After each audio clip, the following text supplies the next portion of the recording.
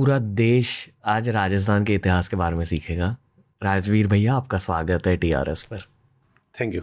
कैसे हो? ठीक हूँ। मैं महाराष्ट्र से हूँ और मेरे मुताबिक उस वजह से मैं मराठा हूँ, इसलिए मैं शुरुआत करूँगा जय भवानी से। एग्जैक्टली वही राजस्थान के अंदर है, जय भवानी राजस्थान के अंदर भी है। ओके, जय भवानी से शुरुआत करें। बाकायदा जय भवानी। जय भवानी। ओके, कुछ कहना चाहोगे आप इस एपिसोड की शुरुआत में? क्योंकि हम बहुत तेज़ी से आगे बढ़ेंगे फिर उसके बाद। जितना मुझे आता है मैं सब कुछ बता जाऊंगा आज आपको। ओके। क्योंकि जैसे इंडिया की हिस्ट्री है ना, जितने अटैक में वो वेस्ट से हुए, जब भारत पे वेस्ट पे अटैक होंगे तो फ्रंट लाइन ही राजस्थान है, इसलिए राजस्थान ही लड़ेगा, राजस्थान ही रोकेगा उनको शुरुआत के अंदर। तो इसलिए राजस्थान की हिस्ट्री जहाँ जहाँ आपको पिन करवानी वहाँ पिन कर लेंगे अपन, सब जगह होगी। इस पॉडकास्ट की शुरुआत से पहले आपने अंग्रेज़ों के बारे में बहुत एक इंटरेस्टिंग चीज़ कही थी, वो फिर से दोहराई है। हाँ, कि जब अंग्रेजों का टाइम था तब इंडिया दो पार्ट में डिवाइड था, एक ब्रिटिश इंडिया और एक प्रिंसली इंडिया। एक वह है जहाँ पर अंग्रेजों ने डायरेक्ट रूल कर लिया था, और एक वह है जहाँ पर अंग्रेजों का रूल नहीं था, उन राजाओं के साथ उनकी ट्रीटीज थी। हम राजस्थान वाले उसमें आते थे, इसलिए वहाँ हमारे अंग्रेजों का प्रभाव ही नहीं आया, न कोई ज़्यादा इंग्लिश इन्फ्लुएंस आया, ना कोई अंग्रेजों का दूसरा प्रभाव आया। इवन हम 1947 में इंडिया में मर्ज किए गए। तो इसलिए आप कभी नहीं सुनते कि गांधी जी ने जयपुर में जाके कोई आंदोलन किया हो, वो सब ब्रिटिश इंडिया की बात है, हम उससे बाहर हुआ करते थे, इसलिए नेशनल एंथम में नाम नहीं आता। 1911 में जब नेशनल एंथम रविंद्रनाथ टैगोर रच रहे थे, उसको उसमें ब्रिटिश इंडिया का पूरा वर्णन कर रहे हैं, उसमें हम नहीं, उसमें फिर भी राजपूत भारत की पहचान है। सॉरी कहकर अगला सवाल पूछूंगा, पर आप मानते हो कि फिल्मों की दुनिया ने राजस्थान की हिस्ट्री को अच्छे तरीके से दर्शाया है या बुरे तरीके से या इनएक्यूरेट तरीके से? नहीं, फिल्मों ने राजस्थान को सही तरीके से नहीं दर्शाया। फिल्मों वालों को राजस्थान में कुछ अलग ही दिखा है, उनको जैसा राजस्थान दिखाना चाहिए था वैसा वो दिखाई नहीं पाए। जैसे कि वो पद्मावती दिखा रहे हैं, ना कि वो रतन सिंह की बहादुरी या सांगा कुंभा और प्रताप पर मूवी बना रहे हैं। वो संयोगिता जैसी कहानियां लेके आते हैं पृथ्वीराज के साथ में, जिनका इतिहास में कोई लेना देना नहीं है। तो उन्होंने जो मिथ थे ना हिस्ट्री के, वो जोड़े हैं राजस्थान की हिस्ट्री के साथ में। राजस्थान की हिस्ट्री का जो सच है ना, वो महल के अंदर नहीं था, उन महलों के बाहर था, उन युद्धों के मैदानों के अंदर था, जबकि उन्होंने केवल राजाओं को उन महलों तक सीमित करके वैसे दिखाना शुरू कर दिया। वाह, हिस्ट्री मैदानों में थी। वाह। पोरस भी राजपूत थे? वो जो पुराने वंश है उनमें एग्जैक्टली वो राजपूत टर्म नहीं मिलती अपने को। ओके। वो क्षत्रिय बताए गए हैं। ओके, है ना, उन किताबों में राजपुत्र वर्ड जरूर मिलता है। ऐसा माना जाता है कि एंशिएंट में जो क्षत्रिय थे, जिनको उन किताबों में राजपुत्र कहा गया है, लेटर ऑन वो भाषा धीरे धीरे बदलती बदलती राजपुत्र करते करते राजपूत आ गई। तो बाद के टाइम में हमें राजपूत शब्द मिलता है, पहले वो शब्द वैसा नहीं मिलता हमें। ओके, मैं कुछ चीज़ें कहना चाहूँगा, स्पेशली जो लोग मेरे एज के हैं, दुनिया भर की बात करो, ग्लोबल सिटीजन्स, इतिहास में इंटरेस्ट बहुत ज़्यादा बढ़ा है वर्ल्ड हिस्ट्री में, और एक अजीब वजह है जिसकी वजह से इंटरेस्ट बढ़ा है। वो अजीब वजह है video games. Assassin's creed, ghost of Tsushima जैसे वीडियो गेम्स में ना आप समझ रहे हो कि यार उस समय में दुनिया ऐसी थी। तो मैं शुरुआत करना चाहूँगा पृथ्वीराज चौहान से। मान लो उनके एरा पे एक वीडियो गेम बनी, आप उस वीडियो गेम की दुनिया को पहले डिस्क्राइब कीजिए। पृथ्वीराज चौहान एग्जैक्टली अजमेर के राजा हैं। उनके जो पूर्वज थे उनसे पहले वो लंबे टाइम से वहां अजमेर में राज करते आ रहे थे। पृथ्वीराज चौहान से ठीक पहले विग्राज चतुर्थ, जो उनके ताऊ एक राजा हुए थे, उनसे थोड़े साल पहले उन्होंने दिल्ली पर भी कब्जा कर लिया था। दिल्ली तब तोमरों के पास हुआ करती थी, फॉरेन अटैक्स बहुत बढ़ गए थे, और विग्राज फोर्थ को ये लगता था कि ये दिल्ली पर कब्जा कर लेंगे, इससे अच्छा है यदि दिल्ली बचानी तो मैं इस पर आके बैठ जाता हूँ यहाँ पर। जो ताऊ है विग्राज चतुर्थ, मैं कभी सोचता हूँ कि मैं कभी उन पर मूवी बनाऊंगा। ओके। तो विग्राज चतुर्थ जो है, उन्होंने अशोक का नाम सुना? अशोक का एक इंस्क्रिप्शन हरियाणा में एक जगह से मिलता है, टोपरा नाम की जगह से, जिसको बाद में फिरोज तुगलक उखाड़ के दिल्ली ले गया था। उस टोपरा वाला पिलर है, पिलर पर ऊपर अशोक का इंस्क्रिप्शन है, नीचे उस पर विग्राज चतुर्थ ने अपना इंस्क्रिप्शन लगवाया है। विगराज उसके अंदर ये घोषणा करता है कि मैंने मल्लेच्छों को मारकर अटक नदी के पार भगा दिया है। पाकिस्तान में अटक नदी है, अटक नदी के पार भगा दिया है। और मैं चाहता हूं कि मेरे जो आगे डिसेंडेंट होंगे, मेरे जो सक्सेसर होंगे, वे मल्लेच्छों को अटक नदी पार ना करने दें। मलेच्छो मतलब जो हमारे वैदिक आइडियोलॉजी को फॉलो नहीं करते, उनको उस समय मल्लिच कहा जाता था। उन लोगों ने उस रूप में उसका वर्णन किया। उधर से जो भी आते हैं वो हमारे धर्म को नहीं मानते, हमारे कल्चर को फॉलो नहीं करते, इसलिए उनको इस साइड में नहीं आने दिया जाए। और भारत की बाउंड्री तब वो लोग मानते थे अटक नदी। पाकिस्तान में एक नदी है अटक, इंडस है, इंडस। इंडस जब नीचे उतरती है तो उसमें एक ट्रिब्यूटरी आके मिलती है, उस ट्रिब्यूटरी का नाम है अटक। उसी विगराज चतुर्थ ने हमारे अजमेर में, जो उसकी राजधानी थी, वहां पर एक संस्कृत स्कूल बनवाई थी, सरस्वती कंठाभरण नाम करके, जिसको आजकल लोग 2.5 दिन का झोंपड़ा कहते हैं। वो जो 2.5 दिन का झोंपड़ा है वो एक संस्कृत स्कूल थी, माता सरस्वती का मंदिर था। बाद में जब कुतुबुद्दीन ऐबक ने अजमेर पर कब्जा किया था, तब उस मंदिर को तोड़कर वहां पर मस्जिद बनाई गई। तो मैं चाहता हूं कि आप संस्कृत की उन्नति देख रहे हो विग्रह चतुर्थ के शासनकाल में, आप युद्धों की पूरी श्रृंखला देख रहे हो कि वो किस प्रकार से भारत को सुरक्षित रखने के लिए किस प्रकार से लड़ रहा है। इनके बारे में ज्यादा बातें क्यों नहीं होती? मैं जो अभी पॉडकास्ट से पहले मैंने कही थी, इसको रीजनल हिस्ट्री कह के बंद कर दिया जाता है। भारत में हिस्ट्री का मतलब दिल्ली हो गया। दिल्ली के आसपास में जो कुछ हुआ था उसको भारत में हिस्ट्री मान लिया गया। वो ये नहीं जानते कि दिल्ली से पहले राजधानी अजमेर थी इस नॉर्थ इंडिया की। दिल्ली के तोमर जाके अजमेर वालों को टैक्स जमा करवा रहे थे। तो जब आप दिल्ली सेंट्रिक हिस्ट्री लिखोगे तो फिर उसके अंदर आप फिर दिल्ली के राजाओं का वर्णन नहीं करोगे। जबकि लास्ट में तो दिल्ली में तो कुछ राजा ऐसे हुए हैं जिनकी दिल्ली से पालम तक चलती थी कि बॉम्बे क्रॉस नहीं हो उससे पहले बॉम्बे के राजा की खत्म हो जाए, इतनी चलती थी उनकी। उसके बावजूद हिस्ट्री में उन राजाओं को पढ़ाया जाता है। विग्राज चतुर्थ जैसे बड़े बड़े राजाओं का नामो निशान तक नहीं आता। हाँ, जबकि वो हिस्टोरिकली, कल्चरल, ब्रेवरी, जितने मामलों में आप देख सकते हो उन सब मामलों के अंदर आते हैं। विग्रहराज चतुर्थ की इतनी बातें नहीं होती, होपफुली होने लगेंगी आज के बाद। पर फिर पृथ्वीराज चौहान और महाराणा प्रताप जी की बातें क्यों होती है? मैं उसका रीजन बताता हूँ। टाइमलाइन सेट करते हैं। चौहान अपने पीक पर हैं, विग्राज दिल्ली पर कब्जा कर गए। विग्राज तो अजमेर बैठ के दिल्ली कंट्रोल कर रहे थे, पृथ्वीराज तो दिल्ली आ गया, दिल्ली को कंट्रोल करना शुरू कर दिया पृथ्वीराज के टाइम तक आते आते। उधर से टर्क अटैक हो रहे हैं, टर्क दिल्ली पर कब्जा करना चाहते हैं। पृथ्वीराज से उनकी लड़ाई होती है 1191 में, त्राइन का पहला युद्ध। पृथ्वीराज मोहम्मद गोरी को हराते हैं। मोहम्मद गोरी का जो वहाँ का सेनापति था काजी जियाउद्दीन, उसको गिरफ्तार किया जाता है। उसे काफ़ी दिन यहाँ पे रख के फिर छोड़ा जाता है। अगला जो बैटल है 1192 में, सेकंड बैटल ऑफ टेरिन, उसमें पृथ्वीराज हार जाता है। गोरी दिल्ली पर कब्जा करने में कामयाब हो जाता है। भारत की हिस्ट्री चेंज हो रही है। तो जहां पर वो चेंज होगी ना, जहां पे फॉल्ट आएंगे ना, वहां पर ज्यादा चीजें बातें की जाएगी। इसलिए पृथ्वीराज बात की गई कि पृथ्वीराज के टाइम में क्या हुआ क्या नहीं हुआ था, क्योंकि उसके बाद में भारत की हिस्ट्री चेंज हो रही है। उसके बाद में पहली बार भारत में जो टर्क थे वो दिल्ली आ रहे हैं, उससे पहले तक दिल्ली नहीं आ पाए थे वो। इसलिए पृथ्वीराज की ज्यादा बातें हुई। महाराणा प्रताप की अधिक बातें होने की रीजन ये है कि उन दिनों में जब अकबर लगभग भारत को अपने पक्ष में करता जा रहा था, उस समय कोई एक आदमी खड़ा होके और ये कहे कि ना, मैं किसी भी प्रकार से तुम्हारे साथ आने के लिए तैयार नहीं हूं, तो ब्रेवरी तो अलग दिखती है ना। महाराणा प्रताप अलग कैरेक्टर है बहुत। कैसे बनते थे राजा? पहले पिता राजा है, वो मरेगा तो उसका बेटा राजा बनेगा, वो मरेगा तो उसका बेटा राजा बनेगा। यही तो था मोनार्की सिस्टम, यही। तभी हम डेमोक्रेसी लाए। एक ही परिवार के पास पावर नहीं भाई, जनता के पास में जन चाहिए, ऐसा ही तो कुछ है। महाराणा प्रताप के जो पिताजी थे वो है महाराणा उदय सिंह। महाराणा उदय सिंह महाराणा प्रताप को राजा ही नहीं बना के गए, वो अपने एक दूसरे बेटे को राजा बना के जाते हैं, जगमाल। लेकिन मेवाड़ की जनता ने बगावत की है। महाराणा प्रताप उस मोनार्की के एज में, उस राजतंत्रों के काल में डेमोक्रेसी स्टेब्लिश कर रहे थे। वो सबसे बड़े बेटे नहीं थे? नहीं थे, सबसे बड़े थे पर उनको नहीं बनाया गया। ओ, पर क्यों नहीं? पहले राजाओं में ये आप दोष मानिए या उस समय का सामाजिक नियम मानिए, एक राजा के अधिक रानियां होती थी, एक से अधिक रानियां होती थी। फिर जिस रानी का इन्फ्लुएंस राजा पे ज्यादा होता था, उसके बेटे के राजा बनने की संभावना अधिक हो जाती थी। कालांतर में ये बड़ा नुकसानदायक रहा। हालांकि शुरुआत में अधिक शादियां करने के पीछे लॉजिक ये था कि राजा के अधिक शादियां होंगी तो अधिक बच्चे होंगे, तो अपने लोगों के पास में पूरा सेंट्रलाइज सिस्टम रहेगा, कंट्रोल में रहेंगे, सेना बड़ी होगी, अपनी सेना को संभालने वाले लोग होंगे। पर धीरे धीरे उसके बाद में साइड इफेक्ट भी देखने को मिले, उसमें एक वो भी था।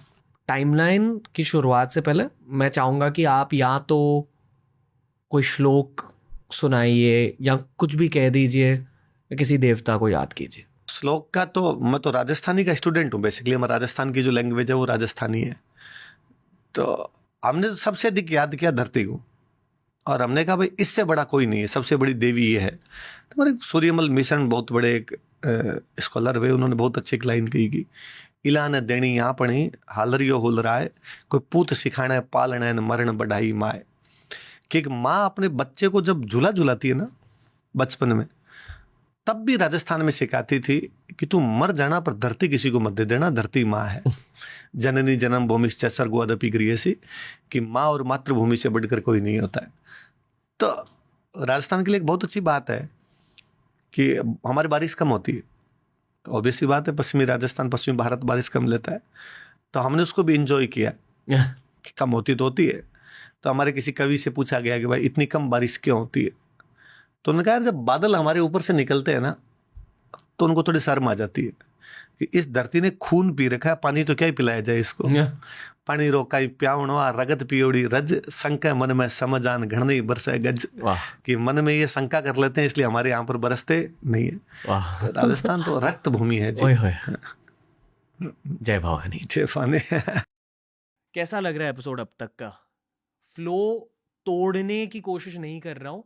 आई would like for you guys to comment, communicate with us, बताओ कि ये एपिसोड में अच्छा क्या लग रहा है। We'll bring you more of this kind of episode. History मेरे दिल के बहुत ज़्यादा करीब है। Everything we do is for Bharat. उसी वजह से जो क्लासेस के लिए उस पर अपलोड करें, go check it out. At least हमारे क्लासेस के लिस्ट को स्कैन कर लो, यू विल अंडरस्टैंड कि क्या वैल्यू आपके लाइफ में ऐड हो रहा है। बहुत बजट फ्रेंडली क्लासेस हमने अपलोड करे हैं। Lots to learn. Soft skills revolution is just beginning, but now back to the Rajput revolution. आगे बढ़ते हैं। अब टाइमलाइन की शुरुआत कहाँ से करें? टाइमलाइन की राजस्थान में तो बहुत पुराना जाता है राजस्थान की हिस्ट्री, यदि टाइमलाइन से शुरू की जाए तो। जैसे रामायण और महाभारत में राजस्थान के वर्णन है। नॉर्मली ये माना जाता है कि भगवान राम ने जब समुद्र से रास्ता मांगा था लंका जाने के लिए, और समुद्र ने मना कर दिया था कि रास्ता नहीं दिया जाएगा, राम जी 3 दिन तक वहां पर बैठे रहे, तब समुद्र डरा जब उन्होंने अपना बाण चढ़ाया और उसने कहा मैं रास्ता दे दूंगा, आप बाण मत चढ़ाइए। पर ऐसा कहते हैं जब वो बाण चढ़ चुका तो उसको कहाँ छोड़ा जाए, तो फिर वो राजस्थान की तरफ छोड़ा गया, ऐसा मानते हैं। और कहते हैं पहले हमारे यहाँ समुद्र था और उस बाण की वजह से समुद्र सूख गया। ऐसा रामायण के साथ हमारे राजस्थान की हिस्ट्री जुड़ जाती है। हिस्टोरिकल एविडेंस सीधे सीधे आपको नहीं मिल सकते, पर जैसलमेर में अब खूब सारे ऐसी चीजें मिलती है जमीन के अंदर जिससे पता चलता है धरती बहुत पुरानी थी और यहाँ पर समुद्र तो था, कि जो चीजें समुद्र के पास में होती है वहां पर है। इवन महाभारत में ऐसे उल्लेख मिलेंगे राजस्थान के आपको कि अर्जुन के जो बेटे थे अभिमन्यु, जो चक्रव्यूह के अंदर फंस गए थे, उनकी शादी राजस्थान हुई थी। जयपुर के पास में एक जगह पर थी विराटनगर, वहां के राजा थे विराट, उनकी राजकुमारी उत्तरा के साथ अभिमन्यु की शादी होती है, जिनके बेटे बाद में महाराज परीक्षित हस्तिनापुर के सम्राट बनते हैं। इवन पांडवों का जो अज्ञातवास है वो विराटनगर के अंदर ही बीता था। तो पुरानी टाइमलाइन तो हमारी बहुत पुरानी जाती है, पर उसके अभी तक हिस्टोरिकल एविडेंस नहीं है। भारत में ये भी दिक्कत है कि अभी तक हम रामायण और महाभारत को प्रूव नहीं कर पाए, कि खूब सारे लोग ये मान लेते हैं कि तो कहानियां हैं, ये हिस्ट्री नहीं है, और जब तक वो हिस्ट्री प्रूव नहीं हो सकती तब तक इसको आप जोड़ भी नहीं सकते। तो राजस्थान में एक सेंटर पड़ता है हमारे कालीबंगा, तो जैसा हड़प्पा था, जैसा मोहनजोदड़ो था, ठीक उसी टाइम हमारे कालीबंगा था।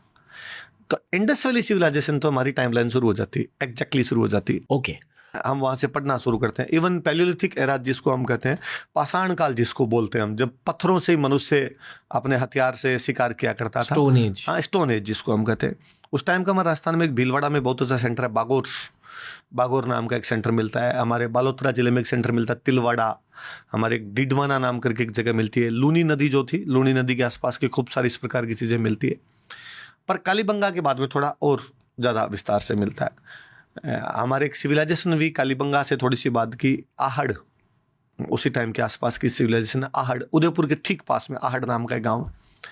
उन लोगों का ग्रीक और रोमन के साथ में ट्रेड था, क्योंकि ग्रीक और रोमन चीजें मिली है वहां से।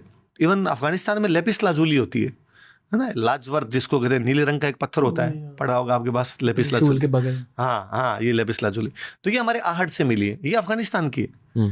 और अफगानिस्तान से यदि आहट आई है तो वाया ट्रेड ही आई है, दूसरा कोई तरीका नहीं होगा, या कोई कल्चरल ऐसा एक्सचेंज रहा होगा उनके बीच में। अच्छा, उसका रीजन ये भी था कि मैंने बताया गुजरात जाते थे, अफगानिस्तान से गुजरात जाओगे तो उस रूट के अंदर आहट आएगा, तो आहट एक बड़ा सेंटर रहा था हमारे। पर जिस राजस्थान को अब हम जानते हैं, बेसिकली राजाओं वाली हिस्ट्री को जब हम उसको जानते हैं, उसका जब यूँ मोटा मोटा हम शुरू करते हैं, तब वो हमारी टाइमलाइन जो बाद में डायनेस्टीज रही उनके हिसाब से सेट होती है।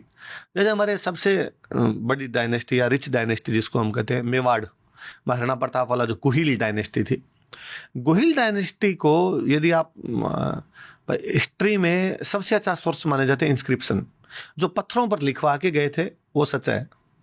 किताबें हो सकती है बाद में लिखी गई हो, किसी ने उनमें हेरफेर कर दिया, पर पत्थर पे लिखा हुआ नहीं तो आप उसमें हेरफेर किया जा सकता है, और उसने उसी टाइम लिखवाया जब वो था। 646 का 646 ईस्वी का उदयपुर के पास में गांव है सामोली, उस सामोली गांव से एक इंस्क्रिप्शन मिलता है शिलादित्य नाम के राजा का। वो राजा अपने से पहले के 4 राजाओं के जिक्र और करता है, गुहिल, भोज, महेंद्र, नाग और शिलादित्य का नाम आता है। यदि उस टाइमलाइन में हम पीछे जाते हैं, मोटा मोटा हम मानते हैं एक राजा का टाइम 20 साल होता है, यदि हम 20-20 साल पीछे जाते हैं, जो गुहिल का जो टाइम है वो 566 आता है। इसका मतलब 6th सेंचुरी के अंदर राजस्थान के अंदर एक राजा राज कर रहा है, गुहिल नाम का राजा राज कर रहा है। मेवाड़ के अंदर गुहिल नाम का एक राजा राज कर रहा है। तो गुहिल वालों की टाइमलाइन 5th सेंचुरी तक तो चली गई, 6th सेंचुरी तक तो चली गई। गोहिल जी सबसे पुराने राजा हैं, पुराने राजा, नॉन जो राजा है उसमें, और उसी गुहिल के नाम पर उस डायनेस्टी का नाम गुहिलोथ पड़ा। फिर एक गांव हुआ सिसोदा, उस सिसोदा गांव से गुहिलों तो एक ब्रांच निकली सिसोदिया, तो महाराणा प्रताप ये सब सिसोदिया गुहिलूथ थे, तो गुहिल से वहां से वो टाइम लग जाते। हमारे एक वेस्ट राजस्थान में एक किंगडम रहा राठौड़ डायनेस्टी रही। राठौड़ों का इतिहास तो और पुराना चला जाता कि जो अशोक के इंस्क्रिप्शन है वो 3rd BC के हैं, उनमें रठिक का उल्लेख आता है। वही आपके साउथ इंडिया में राष्ट्रकूट है, बाद में कर्नाटक महाराष्ट्र में उन राष्ट्रकूटों के नाम पर महाराष्ट्र है। राष्ट्रकूटों का महान राज्य महाराष्ट्र, राष्ट्रकूटों का राज्य सौराष्ट्र, राष्ट्रकूटों का राठ, जिसको बाद में गुजरात में लाट बोलने लग गए थे, वही बाद में राजस्थान की तरफ मुंह करके राठौड़ हुए। राष्ट्रकूट बोलते बोलते वो नाम राठौड़ हुआ है। बहुत पुरानी हिस्ट्री चली जाती है। हमारे जैसलमेर में भाटी हुए तो भगवान कृष्ण के वंशज माने जाते हैं। भाटियों को भी आप देखोगे तो बहुत पुराना BC के अंदर चली जाएगी उनकी हिस्ट्री। राजा गज हुए थे, उन्होंने गजनी बसाई थी। अफगानिस्तान वाला जो गजनी है वो राजा गज का बसाया हुआ राजा गज भाटी है। इसे मतलब मोहम्मद ऑफ गजनी। हाँ, वो गजनी का इसलिए उसका नाम है महमूद, वो गजनी का इसलिए गजनवी। ओके। जो दिल्ली का होता है वो दहलवी, तो जो गजनी का है वो गजनवी, जो गोर का है वो गोरी। ये गांव के नाम है, खिलजी, गोर, गजनवी, ये सब गांव के नाम। ये ज्योग्राफिकली कहाँ है? अफगानिस्तान, यानी कि राजपूताना वहां तक फैला था। पहले तो हिंदू कल्चर थी, आप इसको तो आर्य कल्चर बोलो ना, आर्यंस थे वो सारे, आर्यंस कल्चर वहां तक फैली हुई थी। राजपूत कल्चर, मैं कहता हूँ राजपूत शब्द बाद में देखने को मिलता है, वो राजपूतों के फोरफादर रहे होंगे, उनके पहले एंसेस्टर रहे होंगे, तब तक ये शब्द एग्जैक्टली वैसे नहीं मिलता है। क्योंकि पुरानी जब किताबें देखते हैं ना, तो जैसे कालिदास जी ने एक बुक लिखी मालविका अग्निमित्र नाम के राजा पर, मालविका उसकी प्रेमिका, उसके ऊपर एक बाण भट्ट वे जिन्होंने 2 किताबें लिखी थी, हर्षचरित और कदम्बरी। एक आपके धर्मपाल नाम का राजा, उसका खालिमपुर में एक दान पत्र मिला है। हमारे आबू से एक तेजपाल नाम के राजा का अभिलेख मिला है। चाणक्य के अर्थशास्त्र जो है उनसे में राजपुत्र शब्द है, राजपूत नहीं है। वो राजपुत, राजा का पुत्र, राजपुत्र, वो राजपुत्र करते करते बहुत बाद में जाके वो राजपूत नाम आने लगा। तब तक आप उसको आर्यंस कल्चर कहिए, आर्य कल्चर कहिए, क्षत्रिय परंपरा कहिए उसको, पर है वही, पीछे वहीं जाके जुड़ जाएगी वो सारी की सारी चीजें। हमें ना इस पे जेनेटिक स्टडीज करनी चाहिए, क्योंकि आपने पॉडकास्ट की शुरुआत से पहले भी एक चीज़ कही थी, महाराष्ट्र के बारे में आप बात करें, भोसले सरनेम के बारे में कुछ कहा। हाँ, शिवाजी जो महाराज, छत्रपति महाराज शिवाजी थे, वो ऐसा कहते हैं कि उनका जो ओरिजिन है वो मेवाड़ से, मेवाड़ से, कि मेवाड़ में हमारे एक राजा हुए थे अजय सिंह, यानी कि उनके परिवार का। हाँ, और अजय सिंह हुए थे, अजय सिंह के बेटे थे सज्जन सिंह। सज्जन सिंह यहाँ महाराष्ट्र आ गए थे अपने पिता से नाराज होके, और सज्जन सिंह के बाद में दिलीप सिंह हुए, दिलीप सिंह के सिंह हुए, सिंह के भैरव सिंह हुए। भैरव सिंह का एक पेट नेम भोंसले बताया जाता है। उनके बाद में आगे शिवाजी वाली फैमिली है, उनकी 19वीं लीनेज पे आके एग्जैक्टली शिवाजी है वहाँ से। तो वो चीज़ें, जैसे मैं इसमें तो और इंटरेस्टिंग बताता हूँ, आपके महाराष्ट्र में तुलजा भवानी के मंदिर मिलेंगे। जी जी। हमारे चित्तौड़ में तुलजा भवानी के मंदिर है, तो या तो मेवाड़ में या महाराष्ट्र में, तो इसका मतलब आपस में दोनों कहीं ना कहीं एक थे, तभी वो इस प्रकार की चीज़ें मिलती है। लिंकेज तो है, लिंकेज है। मतलब आज भी मराठा और राजपूतों के बीच बहुत लिंकेज है। हाँ, जब राजपूत मराठा से मिलते हैं तो कुछ फील होता है पैरेलल? वो एक कहीं दोनों मार्शल कौम रही तो वो आता ही होगा, वो चीज़ें तो आती है। देवी भक्ति, देवी भक्ति, देशभक्ति, राष्ट्र प्रेम, वो जो वॉरियर स्पिरिट, वॉरियर स्पिरिट वाली चीज़ थी, ऑब्वियसली बात है। वो भारत में जहाँ जहाँ जिन जिन के अंदर है, उन सब के साथ ही वो आपस में फ्रीक्वेंसी तो मैच करती है, वाइब तो मिलती है। कहीं किसी प्रकार के दो लोग होंगे तो, अभी आपने शुरुआत में कहा कि मारवाड़ियों की गुजरातियों की मिलती है, तो क्या है वो? ट्रेड वाला ही तो है कि दोनों के अंदर वो ट्रेड वाली चीज़ आ जाती है। मैं मानता हूँ कि भारत में अक्सर हमारे जो सरनेम होते हैं, लास्ट नेम्स, उसमें काफ़ी सारे रहस्य छिपे रहते हैं और हमें पता ही नहीं रहता, क्योंकि कोई हमें ये बताता नहीं। ये मुझे पॉडकास्ट के थ्रू ही पता चला। जहाँ से आपके पूर्वज आए उसके बारे में बहुत कुछ पता चल जा सकता है आपके सरनेम की वजह से। जिस तरह की उपासना आपको सूट करेगी वो भी पता चल जाता है कभी कभी आपके सरनेम से। इवन राठौड़ों की जो कुल देवी मानी जाती है वो नागणीची माता है, और हमारे जो रेफरेंस है वो ये बताते हैं कि हमारे एक राजा हुए धूहड़, और वो धूहड़ जो है वो नागणीची माता की मूर्ति कर्नाटक से लेकर गए थे। मतलब महाराष्ट्र का नीचे वाला हिस्सा, कर्नाटक का ऊपर वाला हिस्सा, ये राष्ट्रकूटों का राज्य था। अब यदि वो कुल देवी की मूर्ति यहाँ से लेके जा रहे थे, तो इसका मतलब तब तक उनको ये पता था ना वहां से आए हैं। उस बात को भी जानते थे कि हमारा ओरिजिन वहां पर है, हमारे नाम इसलिए ये राठौड़ है, इसलिए ये बना हुआ है। इवन बहुत बाद में हमारे जिन्होंने जोधपुर बसाया था, जोधा, उनकी एक डॉक्टर विधि श्रृंगार कंवर, उसकी मेवाड़ में शादी होती है। वो एक वहां पर बावड़ी बनवाती, बावड़ी समझते हैं आप? स्टेप वेल, ऐसा कुआं जिसमें नीचे उतरने के लिए स्टेयर्स बनी हुई है। तो उसमें वो लिखवाती है कि मेरे पिता का नाम जोधा है और वो राष्ट्रवर्य है। तो राष्ट्रकूट, राष्ट्रवर्य एक ही तो चीज है। तो खूब सारी चीजें आपको पता चलती है कि आप कहाँ के हो, कहाँ के नहीं हो सरनेम से। अगर हम टाइमलाइन को आगे लेकर जाएं तो हमारा पहला स्टेशन कौन सा होना चाहिए आपके मुताबिक? अब राजस्थान में एग्जैक्टली तो पहला स्टेशन इसलिए नहीं आ सकता कि मैंने कहा कि सब अलग अलग किंगडम है, अलग अलग किंगडम है तो सबके स्टेशन भी अलग अलग आएंगे। फिर मेवाड़ वालों की स्ट्रीम अलग प्रकार की चीजें होंगी, मारवाड़ वालों की अलग होगी। पर अगर अलग किंगडम है तो हम इसे राजपूत हिस्ट्री क्यों कहते हैं? क्योंकि वो सारे जो रूलर थे वो राजपूत थे। लिंकेज क्या था? आपस में सब में वैवाहिक संबंध है, शादी भी आपस के अंदर उनके अंदर हो रहे थे। ओके, कल्चर, हाँ कल्चर सेम, सबकी सेम कल्चर थी, भाषा सेम थी सब, पर वो अलग अलग किंगडम थे। युद्ध होते थे? युद्ध बाकायदा, सब में युद्ध हुए उनमें आपस में, सब में युद्ध हुआ? हाँ, आपस में युद्ध। इवन शादी हो रखी उसके बावजूद युद्ध हुए। क्यों? युद्ध का तो मोटा मोटा कारण साम्राज्य का विस्तार, एम्पायर एक्सपांशन, मैं मेरे राज्य को बढ़ाना चाहूंगा, उसमें फिर शादी बैरियर नहीं है। दोनों चीजें हैं। कई बार कोई लंबे टाइम तक युद्ध चला है, उसके बाद में जब शांति आई है तो भी शादियां की आपस के अंदर, कि पुराने वाले को भूल जाते हैं, एक नई शुरुआत करते हैं। कई बार ये भी है कि शादियां हो रखी है उसके बावजूद युद्ध कर लिया उन लोगों ने। बहुत सरल सा सवाल है, ठीक है, पर गहरा सवाल भी है कि कोई राज्य युद्ध में जीतता क्यों था? मिलिट्री पावर या डिप्लोमेसी? दोनों को ब्रेक डाउन कीजिए राजपूत लेंस से। मिलिट्री पावर मतलब क्या, डिप्लोमेसी मतलब क्या? जिसके पास ज़्यादा सेना होगी, जिसके पास ज़्यादा आर्मी होगी, उसके जीतने के चांस रहेंगे। या सेना भले थोड़ी कम है लेकिन बहुत बहादुर है लड़ने वाले लोग, इसलिए भी आप जीतेंगे, है ना। बहुत ऐसे युद्धों के एग्जाम्पल मिल जाएंगे कि वो लोग कम थे, उसके बावजूद उन्होंने सामने वाले को हरा दिया था। जैसे बैटल ऑफ हल्दी घाटी है, तो बैटल ऑफ हल्दी घाटी में महाराणा प्रताप के पास में 3000 फौजी है, अकबर के पास में 5000 है, लगभग डबल है। उसके बावजूद महाराणा प्रताप उस युद्ध को जीत जाते हैं। तो ये वो साफ साफ दिखता है कि डिप्लोमेसी मतलब, जैसे ये मेवाड़ वालों ने और आपके मराठों ने भी बाद में उसको बहुत अपनाया कि ज्योग्राफी का फायदा उठाया उन्होंने। उनकी ज्योग्राफी में पहाड़ है, माउंटेन्स है, इसलिए दुश्मन को अंदर खींच के लाओ, पहाड़ों की तरफ लाओ, और जब वो पहाड़ों में आएगा तब बड़े रास्ते नहीं है, चौड़े रास्ते नहीं है, बहुत नेरो रास्ते हैं। तब जैसे अंदर घुसेंगे तब मारेंगे। तो डिप्लोमेसी है ना, कि उनको अंदर लाया जाए, पूरा जितना खींच सकते हैं उतना अंदर खींचा जाए। अच्छा, अंदर खींचा जाए और खींचने के बाद जैसे ही वो अंदर आ जाए उसकी पीछे से सप्लाई बंद की जाए। ऐसे महाराणा प्रताप ने जब मुगलों से 25 साल लड़ाई लड़ी है लगभग, 1572 के अंदर वो राजा बने हैं और 1597 में उनकी मृत्यु है। और उसमें शुरुआत के लगभग 15 साल युद्ध है।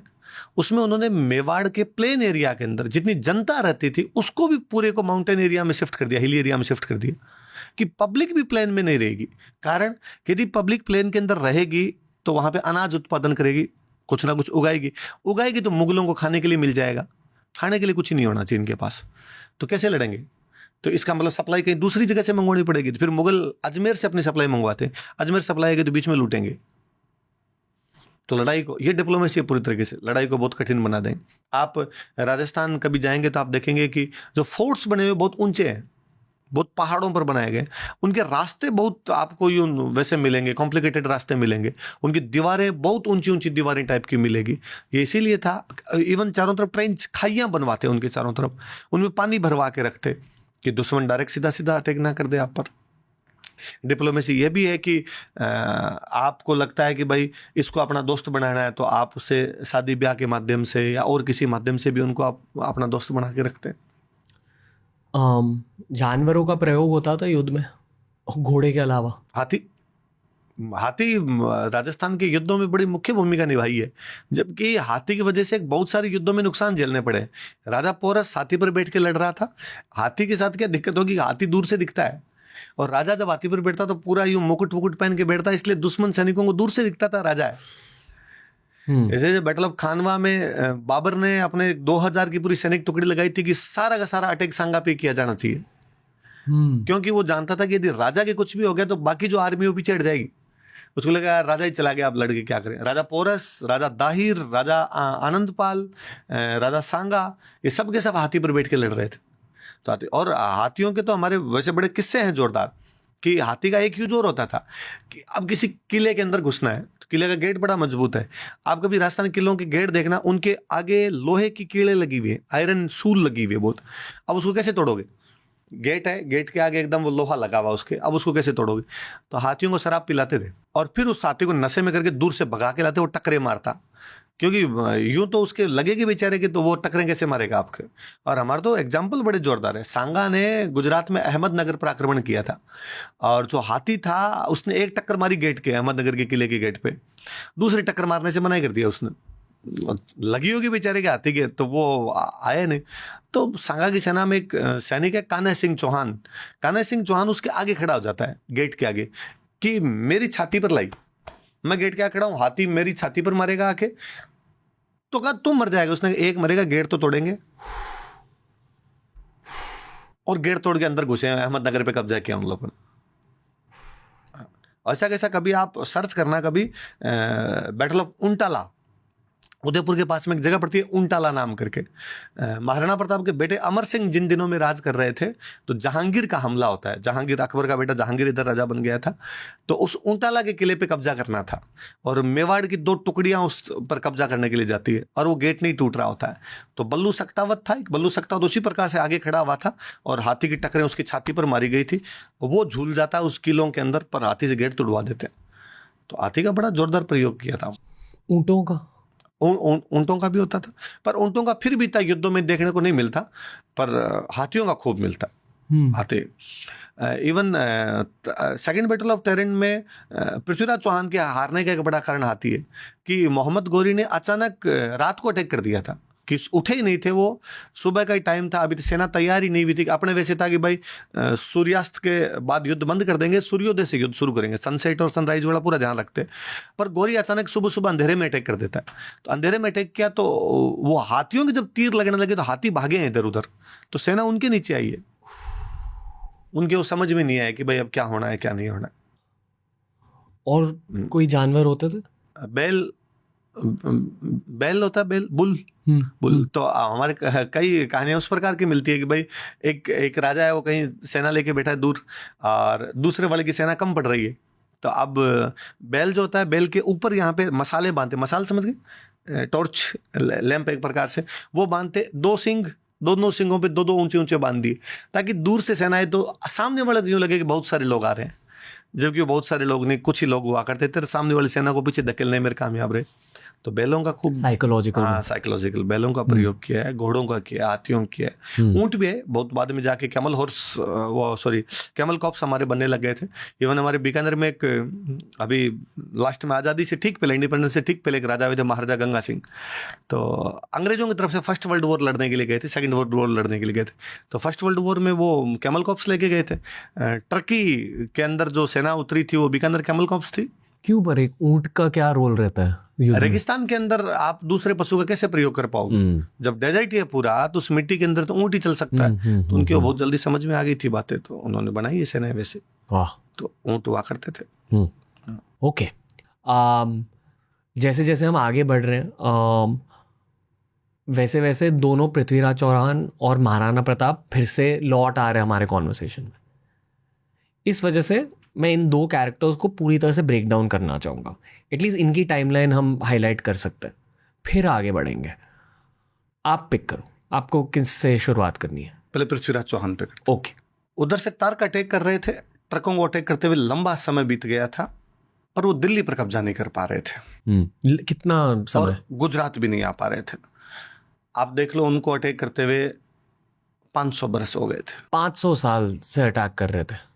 712 ईस्वी में मोहम्मद बिन कासिम ने सिंध पर कब्जा किया था।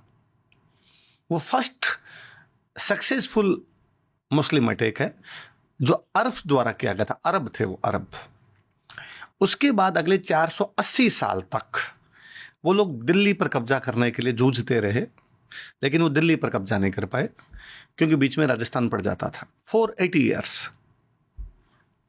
आप यदि उस समय की हिस्ट्री उठा के देखोगे तो उसमें यूं लगेगा कि कितने कितने हमारे राजस्थान के राजा हुए जो अलग अलग लोगों से लड़ते रहे। पृथ्वीराज चौहान से पहले वाली जो ब्रांचेज हैं उसमें खूब सारे, क्या आपको लगेगा कि गोविंद थर्ड नाम का राजा है जिसने गुजरात वालों के साथ मिलके महमूद गजनवी का रास्ता रोक लिया था।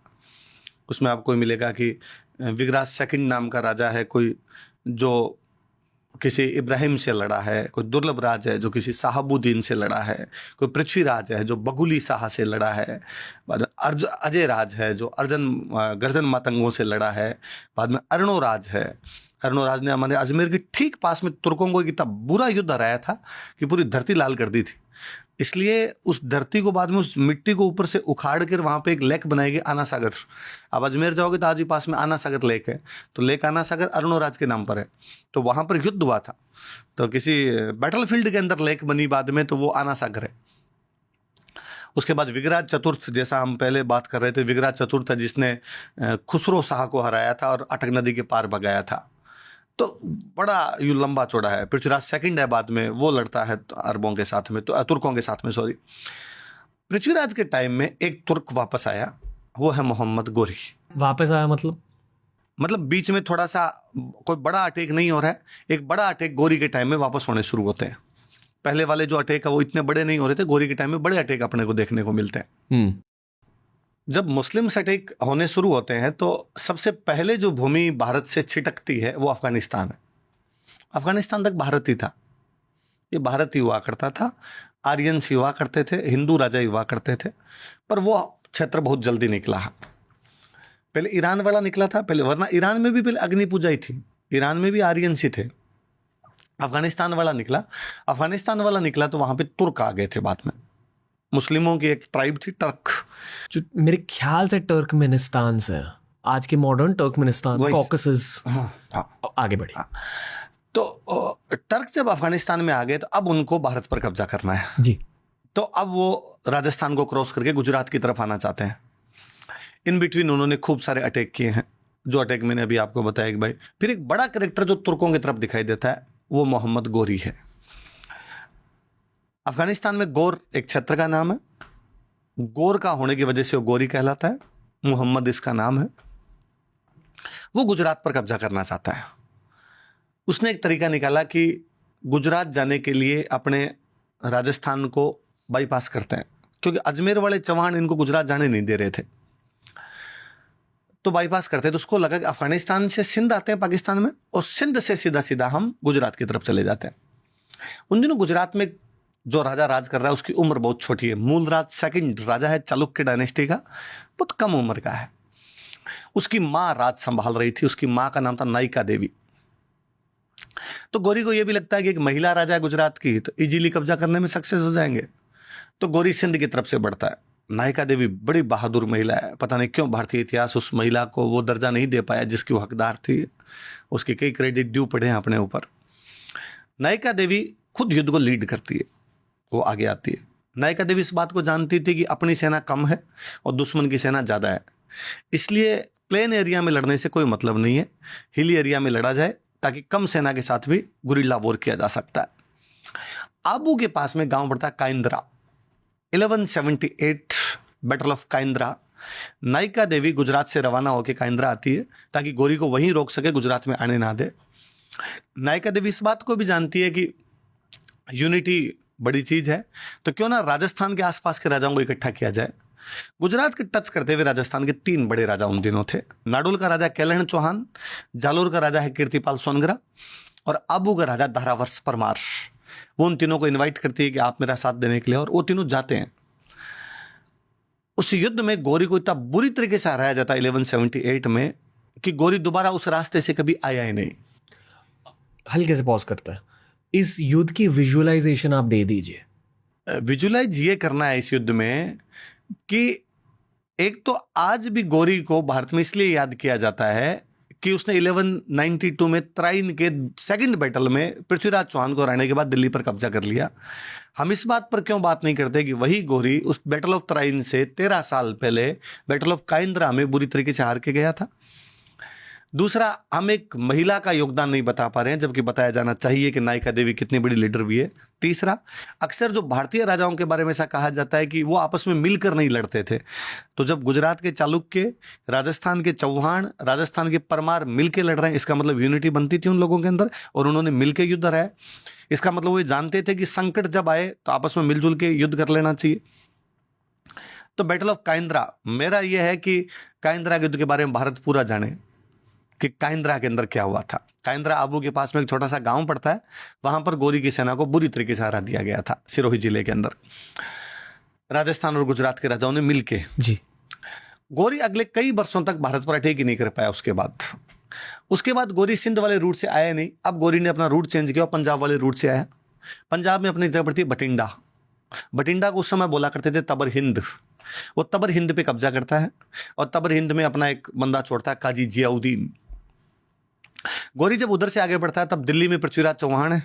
पृथ्वीराज चौहान दिल्ली से पंजाब की तरफ जाता है, गौरी पंजाब से दिल्ली की तरफ आता है। रास्ते में हरियाणा में एक जगह पड़ती है तराइन, वहां तराइन में वो 1191 में आमने सामने होते हैं। गौरी को बुरी तरीके से उस युद्ध में हराया जाता है। इवन गौरी को पकड़ लिया जाता है। गौरी को पकड़ कर लाते हैं। गौरी माफी मांगता है पृथ्वीराज चौहान से और उसे छोड़ दिया जाता है। 2 चीजें हैं यहां पर। आज के दृष्टिकोण से देखें, आज के अप्रोच से देखें तो यह है कि क्यों छोड़ दिया था। उसी दिन यदि गौरी को पकड़ के मार देते या गौरी को जेल में डाल देते तो दूसरे अटैक की संभावना ही नहीं बनती। दूसरे अटैक की संभावना नहीं बनती तो तुर्क कभी भी भारत पर कब्जा नहीं कर पाते।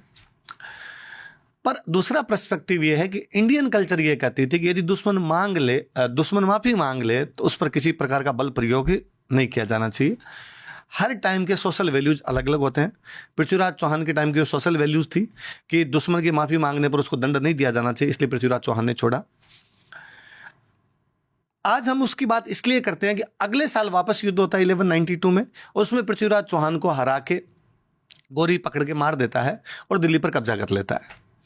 वो जो दूसरा युद्ध तराइन का युद्ध, तो हम कहते हैं देखो पृथ्वीराज चौहान हार गया, पहले युद्ध में जीता हुआ था तब उसने ऐसा क्यों नहीं किया। दूसरे युद्ध में युद्ध जैसा कुछ हुआ ही नहीं था। दूसरे युद्ध में जब पृथ्वीराज की सेना सुबह सुबह सो रही थी, गौरी की सेना अचानक अटैक करती है धोखे से और उन सबको मार देती है वहां पर। यदि वो भी आमने सामने का युद्ध हुआ होता तो पृथ्वीराज उस युद्ध के अंदर भी नहीं हारता। एक तो हमें इससे सीख तो ये मिलती है कि हमें दुश्मन की सारी गतिविधियों का ध्यान रखना चाहिए। दुश्मन कब कौन सी चाल चल रहा है, जैसे हम है वैसा दुश्मन हो ऐसा जरूरी नहीं है। कि हमने ये सोचा कि हम धोखे से किसी पर अटैक नहीं करते तो वो भी नहीं करेंगे, पर उन्होंने रात को सोते हुए धोखे से अटैक किया था और इनको हराया था उस युद्ध के अंदर। दूसरा ये है कि जब हम 1192 के उस तराइन के दूसरे युद्ध की बात करते हैं तो उससे पहले हम तराइन का पहला युद्ध भी देखा जाना चाहिए और काइंद्रा का युद्ध भी देखा जाना चाहिए, जिसके अंदर गोरी को हरा दिया गया था। पृथ्वीराज चौहान मात्र 26 साल का था जब मृत्यु हुई है, 26 ईयर ओल्ड। आज के 800 बरस पहले पृथ्वीराज चौहान की मृत्यु हो गई 1192 में। 26 साल का एक लड़का उत्तर भारत का सबसे बड़ा राजा बना हुआ था। 800 साल बाद भी वे लोग भी उसको जानते हैं जिन्होंने हिस्ट्री नहीं पढ़ी, तो कुछ तो अलग काम किए होंगे कि आज दिन तक पृथ्वीराज चौहान को याद किया जाता है। आप पृथ्वीराज चौहान को यदि युद्धों से हटा के देखेंगे ना, तो पृथ्वीराज चौहान ने 800 बरस पहले आर्ट एंड कल्चर मिनिस्ट्री बना दी थी।